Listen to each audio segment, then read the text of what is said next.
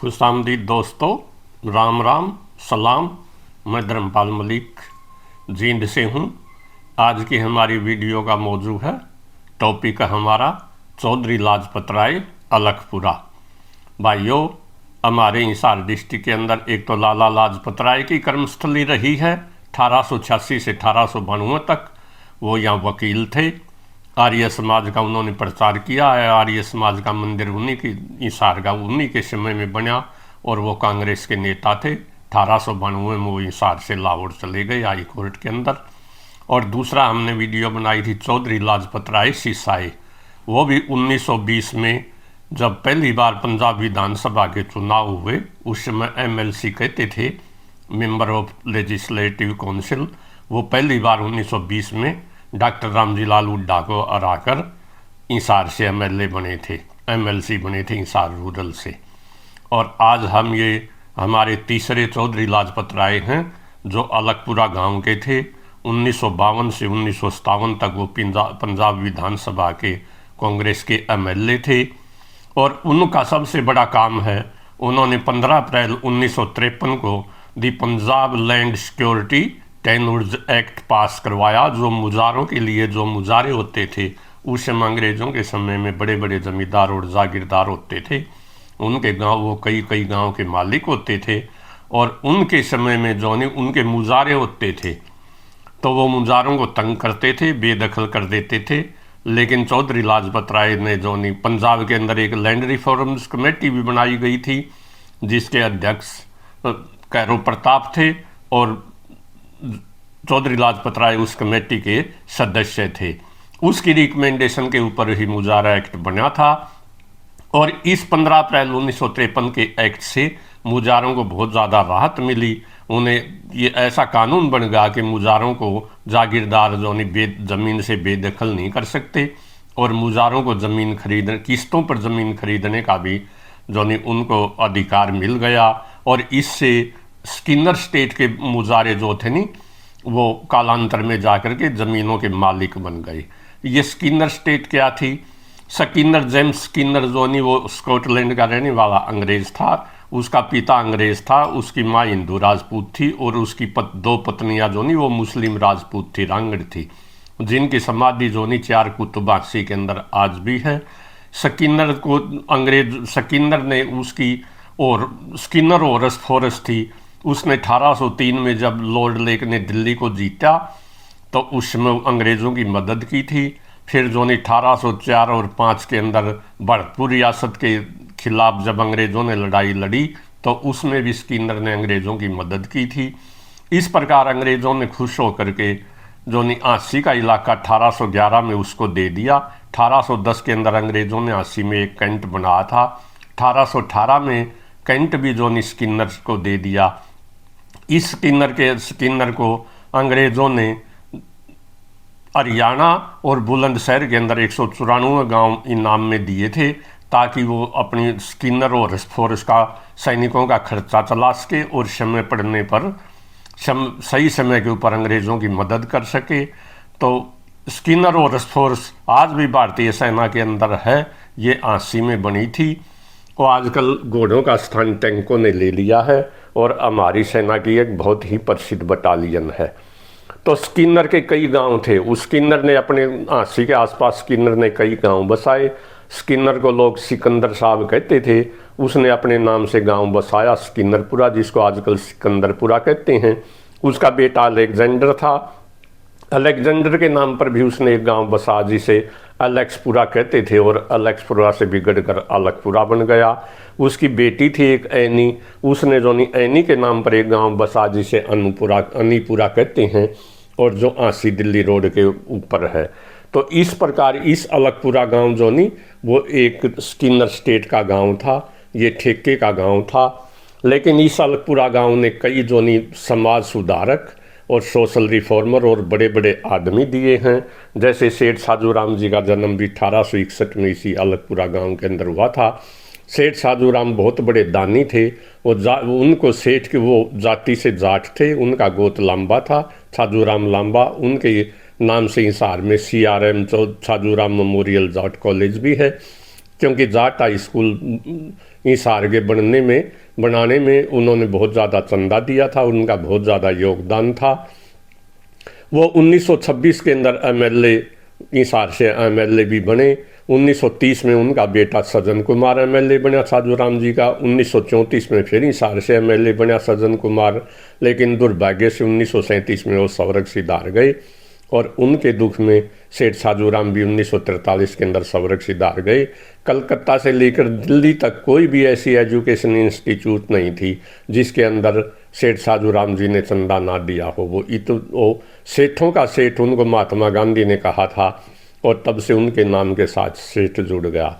इसी प्रकार चौधरी लाजपत राय जोनी, वो भी इसी अलगपुरा गांव के अंदर 1 जून 1901 को पैदा हुए। 5वीं कक्षा उन्होंने जोनी भवानी खेड़ा स्कूल से पास की।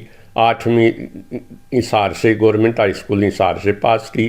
9वीं में CAV Chandulal high school CAV school Hisar के अंदर दाखिला ले लिया। 10वीं उन्होंने saint Stephen mission high school Delhi से 1922 के अंदर पास की चौधरी लाजपत राय ने, और 1926 के अंदर उन्होंने सेंट स्टीफन कॉलेज से ग्रेजुएशन की। वो अपने गांव के और इस इलाके के पहले ग्रेजुएट थे। तो चौधरी लाजपत राय जो नहीं, वो 1952 से 1956 तक, जो 1957 तक पंजाबी विधानसभा के सदस्य थे। 80 से आज़ादी के बाद के पहली बार एमएलए बने। वो कांग्रेस के एमएलए थे। उन्होंने 1946 के अंदर भी कांग्रेस के टिकट पर चुनाव लड़ा था, लेकिन हार गए थे। 1940 से 1951 तक वो डिस्ट्रिक्ट बोर्ड हिसार के मेंबर थे और उन्होंने हिसार के देहात में सैकड़ों स्कूल खुलवाए। और उसका एक उदाहरण, उन्होंने बड़सी के अंदर मिडिल स्कूल खुलवाया, गांव पूरा के अंदर मिडिल स्कूल खुलवाया। इस प्रकार वो शिक्षा के बहुत बड़े प्रचारक थे और शिक्षा के हक में थे। चौधरी छोटू राम कहा करते थे कि only education can change the fate of the people. Chaudhary Lajpat Rai जो नहीं, चौधरी छोटू राम के भी जो नहीं वो मित्र थे और उनसे विचार विमर्श करते रहते थे। बाबा साहब अम्बेडकर ने एक जगह लिखा कि शिक्षित बनो, संगठित रहो, संघर्ष करो। तो इसी प्रकार से उन्होंने भी जो नहीं, चौधरी लाजपत राय ने भी शिक्षा का प्रचार किया, लोगों को संगठित किया। पहली बार जो नहीं गांव अलगपुरा के अंदर 9 जनवरी 1929 को किसानों की बैठक बुलाई। उसके अंदर पंडित नेकी राम किसान सभा के प्रेसिडेंट चुने गए और चौधरी जोनी लाजपत राय इसके सेक्रेटरी बने। चौधरी चुन्नी लाल जो अलगपुरा गांव के ही रहने वाले थे और 1978 में गांव अलगपुरा के सरपंच भी थे, वो इसके कैशियर बने। फिर इस सभा ने 10 फरवरी 1929 को बड़सी में मीटिंग की।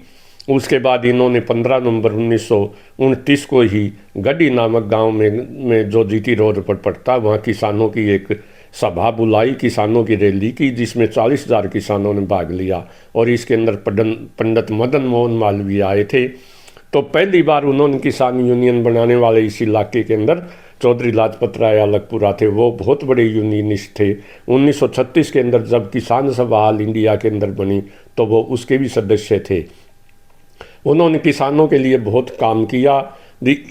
ये स्किनर स्टेट के उस समय 2 मालिक थे, 2 भाई थे। एक तो था रॉबर्ट हरकुलस जो अलेक्जेंडर स्किनर के बेटे थे, और एक था कर्नल स्टानली जो देहरादून रहता था। कर्नल स्टानली के अंडर में तो जो बड़सी और उसके आसपास के गांव थे, जैसे बड़सी, सिकंदरपुरा, जीता खेड़ी इत्यादि 8-10 गांव थे। तो उसने तो किसानों के दबाव के अंदर आ करके 24 जनवरी 1930 को किसानों से समझौता कर लिया, क्योंकि दोनों भाइयों ने टैक्स बहुत ज़्यादा बढ़ा दिया था। नहरी रेवेन्यू जो था साल का 8 रुपये बीघा कर दिया था। उस समय बीघा 1.25 बीघे का 1 एकड़ होता था और 2.5 रुपये मारू बेरानी का कर दिया था। तो कर्नल स्टानली ने तो जो है यूनियन के दबाव में आकर समझौता कर लिया और नहरी का 5 रुपये बीघा माल कर दिया और बेरानी का 1.25 रुपये बीघा। लेकिन रॉबर्ट स्टानली नहीं माने। रॉबर्ट स्टानली के अंडर में जो नहीं जीतपुरा, गड्डी, मेंदा, अलगपुरा, सिवाना, खेड़ी, दौलतपुर इत्यादि इस तरह के गांव आते थे। लेकिन आखिर में उसको भी झुकना पड़ा और लाजपत राय के प्रयासों के आगे और किसानों के संघर्ष के आगे तो उसने भी समझौता करना पड़ा। उसने लाजपत राय को जो नहीं जेल में भी रुकवा दिया था।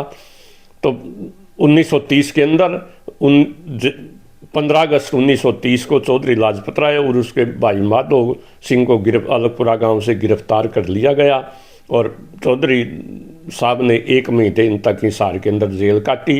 वो फ्रीडम फाइटर भी थे, उनको 2 पेंशनें मिलती थी, एक फ्रीडम फाइटर की और दूसरी MLA की। तो उन्होंने शिक्षा के लिए इस क्षेत्र के अंदर बहुत काम किया। उनका उद्देश्य था कि मैंने किसानों को जो है मुजारा किसानों के लिए लड़ाई लड़ी और स्किनर स्टेट के किसानों को जो है ज़मीन का मालिक बनाना है, और आखिर में उन्होंने मालिक बनाया।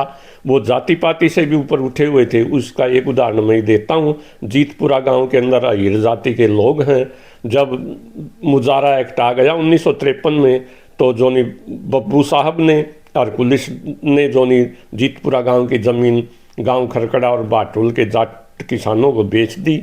लेकिन चौधरी साहब ने जोनी जीतपुरा गांव के हीरों का साथ दिया और जाटों की रजिस्ट्रियों को जोनी कैंसिल करवाया। इसके ऊपर उसका जाति का दबाव भी आया, लेकिन वो हमेशा गरीबों के हितैषी थे। तो शिक्षा के क्षेत्र के अंदर भी नेल्सन मंडेला कहते हैं कि समाज की किसी भी देश को या समाज को या एरिया को आगे ले जाने के लिए शिक्षा सबसे बड़ा हथियार है, और धर्म जो नहीं वो ऐसा हथियार है जिसको लोगों से बेवकूफ़ बनाया जा सकता है। इसीलिए वो हमेशा शिक्षा के हक में रहे, यूनियनिस्ट थे, यूनियन के हक में रहे और लोगों के लिए हमेशा काम करते रहे। 1913 के अंदर ही उनकी शादी हो गई थी। 1918 में गोना हुआ। उनके पिताजी का नाम चौधरी डूंगर सिंह था। उनकी माता का नाम जो था वो दापा देवी था, पत्नी का नाम दाखा देवी था, और उनके जोनी 3 लड़के और 4 लड़कियां थी। उनकी 3 पुत्र उदयवीर सिंह, राजवीर सिंह और जयंतवीर सिंह थे। पुत्रियां लज्जा रानी, कौशल्या देवी, सरोज रानी और दयावती थी। अलगपुरा गांव की एक बेटी जोनी लज्जा रानी, शायद जोनी वो चौधरी लाजपत राय की ही लड़की थी। इस पर कृपया कमेंट करें। तो वो जोनी बाडडा से 1969 में MLA बनी और 1972 से 77 तक कांग्रेस की MLA रही। वो गांव झोजू कलां के अंदर ब्याही हुई थी और 1967 में उसका हस्बैंड अमीर सिंह जोनी वो बाडडा से MLA बना। 1968 में वो फिर दोबारा विशाल पार्टी से जोनी हरियाणा विशाल पार्टी जो राव वीरेंद्र सिंह की पार्टी थी उससे MLA बना। लेकिन दुर्भाग्य से 1969 के अंदर वो स्वर्ग सिधार गए। फिर उनकी पत्नी लज्जा रानी सांगवान ने इलेक्शन लड़ा, वो बाई इलेक्शन जीती, फिर 1972 में जीती। वो जोनी चौधरी अलगपुरा गांव की बेटी थी। लज्जा रानी के बारे में पॉलिटिक्स ऑफ चौधर, ये जोनी सतीश त्यागी की किताब है, इसके अंदर लिखा हुआ है। ये जोनी गांव चौधरी साहब के बारे में जो मटेरियल लिया गया है, चौधरी साहब की किताब है किसान सेवी चौधरी लाजपत राय अलगपुरा, इससे लिया गया है। ये सेठ साधुराम की जीवनी है, इससे लिया गया है। और ये MM जुनेजा की किताब है हिस्ट्री ऑफ हिसार, इस हिस्ट्री ऑफ हिसार, इससे ये मटेरियल लिया गया है। और जगदीश शर्मा की है इतिहास की धरोहर आंसी, इन किताबों से ये मटेरियल लिया गया है। जो भाई इस सब्जेक्ट के ऊपर ज़्यादा पढ़ना चाहते हैं इन किताबों की मदद लें। चौधरी साहब जो इतने सिद्धांती आदमी थे, वो 105 वर्ष तक जिंदा रहे और 1901 में पैदा हुए थे। 105 वर्ष की जीवनी अपना जीवन पूरा करके समाज सेवा करते हुए, लेकिन वो उस टाइम भी घूमते फिरते थे, अष्टकष्ट थे, उनको अष्टपुष्ट थे, उनको कोई रोग नहीं था। 105 वर्ष की आयु में इस फानी दुनिया से कूच कर गए। और चौधरी साहब ने समाज के लिए बहुत ज़्यादा ही काम किया है, बहुत ज़्यादा काम किया है। इस अलगपुरा गांव ने कई और बड़े आदमी पैदा किए हैं। देवेंद्र लांबा जो हाई कोर्ट पंजाब और हरियाणा हाई कोर्ट के जज थे, वो भी इसी अलगपुरा गांव के थे। उनके पुत्र अजय लांबा आजकल इलाहाबाद हाई कोर्ट के जज हैं, वो भी इस अलगपुरा गांव के हैं। इस प्रकार ये एक प्रोग्रेसिव गांव है। उन्होंने जो एक किताब भी लिखी है चौधरी लाजपत राय, जो वो बड़े अच्छे राइटर भी थे। हरियाणा में किसान आंदोलन और जो उन्होंने अपनी ऑटोबायोग्राफी भी लिखी है, जिससे इस इलाके की हिस्ट्री के बारे में, इतिहास के बारे में बहुत कुछ पढ़ने को मिलता है। उन्होंने जो 8 अगस्त 1935 को लोहारू के नवाब अमीनुद्दीन ने गोरखा रेजिमेंट ला करके किसानों के ऊपर गांव जोनी किसानों के ऊपर गोलियां चलवा दी थी। और जोनी उसके अंदर किसानों पर गोलियां चलवा दी थी, जिसके अंदर 22 किसान जोनी मारे गए थे। इसको सिंगानी कांड कहते हैं। सिंगानी गांव के अंदर पंचायत के ऊपर ये गोलियां चलवाई गई थी। इसके अंदर भी जोनी चौधरी लाजपत राय तुरंत वहां पहुंच गए और घायल किसानों को भिवानी और हिसार के हॉस्पिटलों में उन्होंने दाखिल करवाया। फिर दिल्ली में जाकर वो जवाहरलाल नेहरू से मिले, वहाँ बड़े आदमियों से चंदा इकट्ठा किया और उस चंदे को घायलों में, जिन परिवारों के शहीद हुए थे किसान, उनमें और घायलों में जो उस चंदे को मदद के लिए उनको बांटा। वो वहाँ भी जो संघर्ष समिति के सदस्य थे। तो इस प्रकार वो ताउम्र जो किसानों के लिए काम करते रहे और वो सच्चे किसान थे और किसानों के नेता थे। ये थी भाइयों चौधरी लाजपत राय के बारे में मोटी मोटी बातें। अगर आपको ये वीडियो पसंद आए तो कृपया चैनल को सब्सक्राइब करना, वीडियो को शेयर करना। जय हरियाणा, जय हरियाणवी। Thank you.